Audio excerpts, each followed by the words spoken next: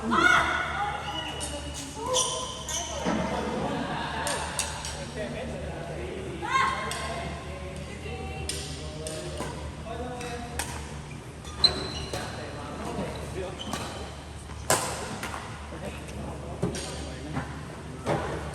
na.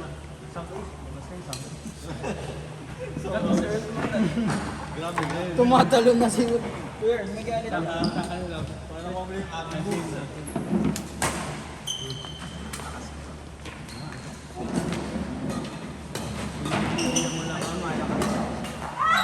one kayo.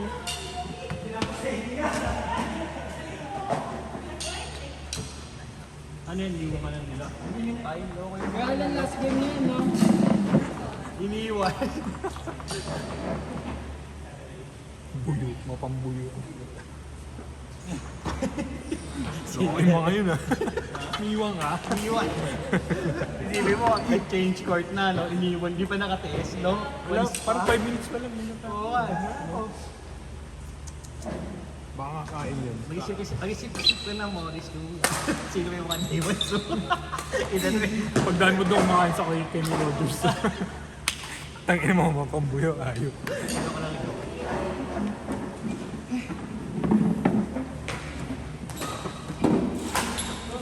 Anong ganap nyo?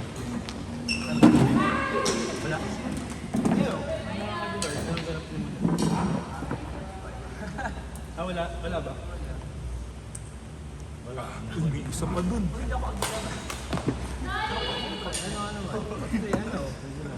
Close. Ano ba? Pinsan ko sila? Hindi. Day one. Day 1.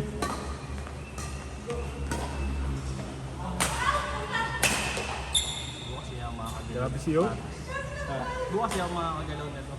Gaganyan-ganyan na naman. Hindi, yun nga yun. Dapat gumalaw ka.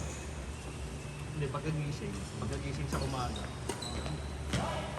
Magkakatulog, Kuya. Kaya nga eh. Ay, kunyari ganyan to, kunyari naglaro tayo tapos nakarelax lang sa Para hindi mag-react yung katawan niya. Matulog. Pag ganyan, babalik mo 12 hours na. Kasi pag mga 7, 6 ka, mas ang buong katawan ko. Hindi ba? Pag mas maiksi tulog, parang hindi naman sumasagot. Hindi, sa akin, kailangan talaga tulog ka. Parang hindi nag-recover. Tapos sasama mo pa lang inom. Yung katawan nag-recover na yung liver mo, nag-recover yung muscle. Recovery daw. Recovery din. Sa pickleball ko yun, hindi sasay ka pa. Hindi, dapat hindi ka sumama sa kanila, garo na lang tama. Ano eh, no? Hindi ka ba naglaro? Hindi ka pa naglaro. Lalo sana ako, maglalaro si Kuya.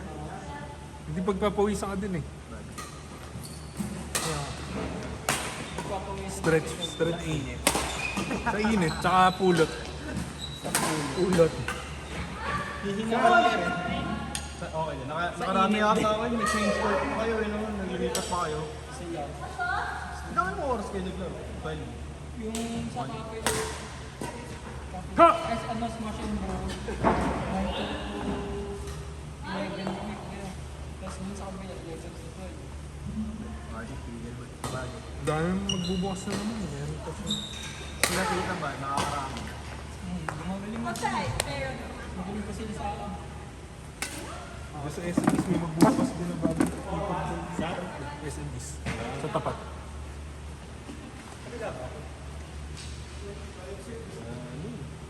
Pero magandang ano, Fun. sa Pilipinas, nagiging saturated. Pag nakuso, ako. Ang malupit, yung mga, di ba, yung mga cafe, biglang nauso. Yung mga gumaya, yung gumaya ka na lang ng cafe, gumaya ka pa ng pickleball. Cafe, pickleball yan ang Hindi naka-record. Yung nauso ngayon, yung empanada. Yung ano, ilaw kasi panada. Yung gumagawa bigla. Parinas. Puro saturated lagi ng mga market. Manggugulo lang ng market. Hindi kasi ano, dito sa Pilipinas, ayaw mag-isip ng something. May ganun pala ng ulo. Ano mo dati, gagawa talaga ako cafe. Wala, di pa uso kape. Ang sigurong gumawa lang ng cafe dito sa may Taytay. Isa. Oo. Yung tindahan niya, kinonvert niya ng cafe. Tapos sabi ko, gusto ko rin ng cafe. Utang ina, parang nung gagawin ko lang, ito parang kabutin lahat ng sulputan yung mga cafe. Parang tatatatatat. Sabi nga. Yung nagkakape ka kuya, ano na yung Ano lang, local beans lang.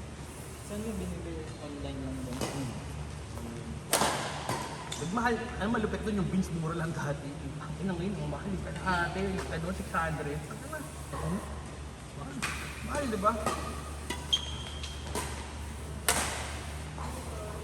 Half kilo, half kilo, 600 pesos. Eh dati, ano ko na yun, sa mga isang kilo na yun.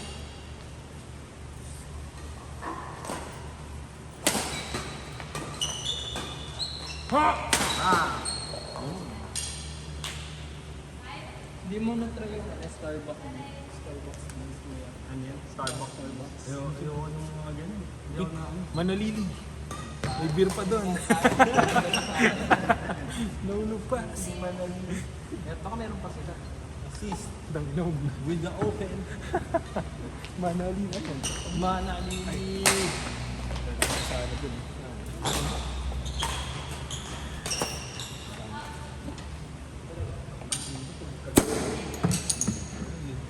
Ano yung diwata? Dati yung chicken Nagpalis naman ng ano. Diwata eh. Pangit. Hindi, malabit. Hindi, ano, nagkaroon ng diwata, di ba? Sinikat naman. Tama na, sunod-sunod na yung nagpalis. Puro overload na tawag. Tingnan mo, nasan sila ngayon? Wala na. Wala na negosyo. Pinamahal lang nila yung presyo ng supply. Buong supply.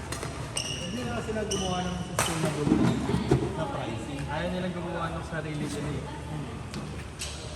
Yung sa Taytay nyo, gagayahin ka na, tapos babagsak pa yung presyo. Nasa na sila ngayon? Wala na. Nanira lang ng... Gagawin nila ng rice, 80 pesos. Patok to sa kanila. Paano masusustain yung business mo sa 80 pesos? Hindi ka nag-trending after 2 to 3 months sa araw. Guguluhin mo lang pala. Dapat ng Aliris, hindi na alam. Tunuhan mo lang. Yung Aliris, linya kita din, medyo kaya ko pag Hindi kasi parang ang excessive doon. Ang dami ng obese na Pilipino. Daming. Overweight. Hindi naman sa rice lang na yung grano pa. Hindi, alam mo, Lifestyle simula yun eh. Tumaba ako dati sa milk tea. Kasi hindi ka naman alam namin, nakakataba yung milk Hindi tea. ka na ba? Sa minutes lang, 5 minutes. Kaya mo ubusin. Tapos tea. Sige, Hindi, Eh, pawis na pawis ka, milk tea nandyan. Oh. Alas 12, milk tea. Tapos gawa, ito sa mamayang hapon, milk tea ulit. Lobo. Pag beer, isang case, okay lang. Yun eh. Yung beer kasi, alam mo kasi sa sa alak, may solve na problema. Yan ba sa ano, pag may problema ka, Hindi, proven na eh. kausap ka, Proven na eh. All ages. Generation. Lumang panahon, ang dami lang namin solve. Ginagamit nga sa sulat. yun, nabasa ko pa nga yung mga, Icon, di ba? nabasa ko nga sa ancient Greece eh. Pag may gusto silang ipatupad din, pag-uusapan muna nila ng walang alak. Oo. Tapos pag-uusapan din nila na nakainom. Anong Pag nagkasundo, difference? tapos pag nagkasundo sila nung sa hindi, saka sa may alak, makapag na yan. Hindi yung tagal na inyo. Hindi kayo nagkasundo. Siguro, kunyari sa Senado, hindi na maganda, no? Nagde-debate kayo, ano? Sagot ng taong buying session First, yun. first session, no drinks. Okay, second session, guys. Galing sa taxi session nyo. Hindi, pare, kanina ka pa, tinitira mo ako. Babatuhan na nyo. Upuan. Pare, alam mo, kasakit ako sa korupsyon nun eh. Talagang dinidin ako bakit pinapataba ako. Ay! Masaya nga yun, ikaw nagbubuman sila sa Senado. Ay, suntukan sa guro yun. Sa totoo lang.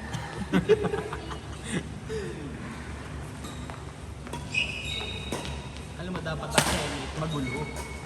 Para sa akin. Balitak pa ako. Oo, talagang ano. Kasi ang nangyayari kasi nagkakasundo-sundo sila sa minsan eh. Dapat hindi sila nagkakasundo. Nagiging weak, ano. Oo. Walang bagong ideas. Party. Pag sinabi mo ganyan, vote mo ganyan. Ano? Kasi voting. Kala ko may voting. Palakasan. Gobyerno lang talaga ang malakas, pinakamalakas na negosyo dito. Gobyerno lang talaga. Party list. Partisan. Alam mo, bibilib nga ako doon kay Ellie. Doon ako natutong Ellie.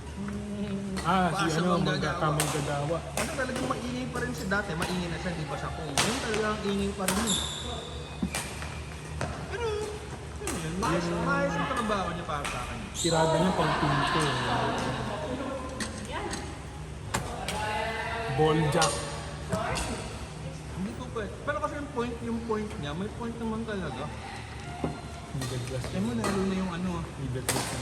lagi niya tinitira yung nilipat yung pag-ibig fund sa ano. Yung sa ano.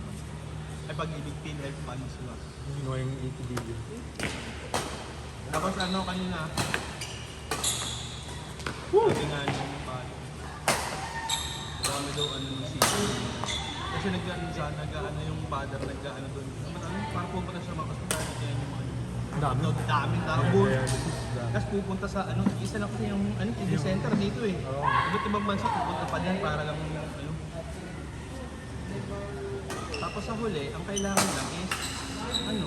Yung letter lang na Pero ba't dito pa sila nagpapagamot, di ba?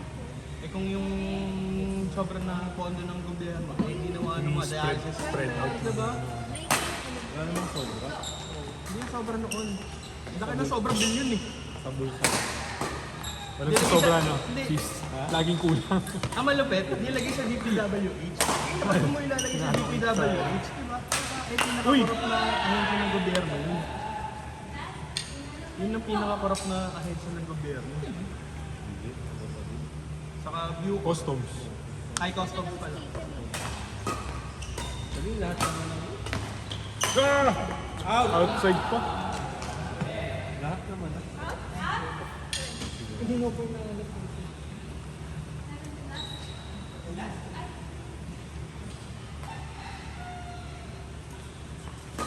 Hiring nga na customs yun. 150 items. siguro. Try ko kayo mag-government. Baka doon siguro pala talaga ako. Nasilaw sa pera. Government. Dito na mo yung government. Natatanggap talaga ako. Ay, nagana ako. Yung tropa namin sa Boston. Immigration siya. Tatay niya sa immigration. Mataas yung position.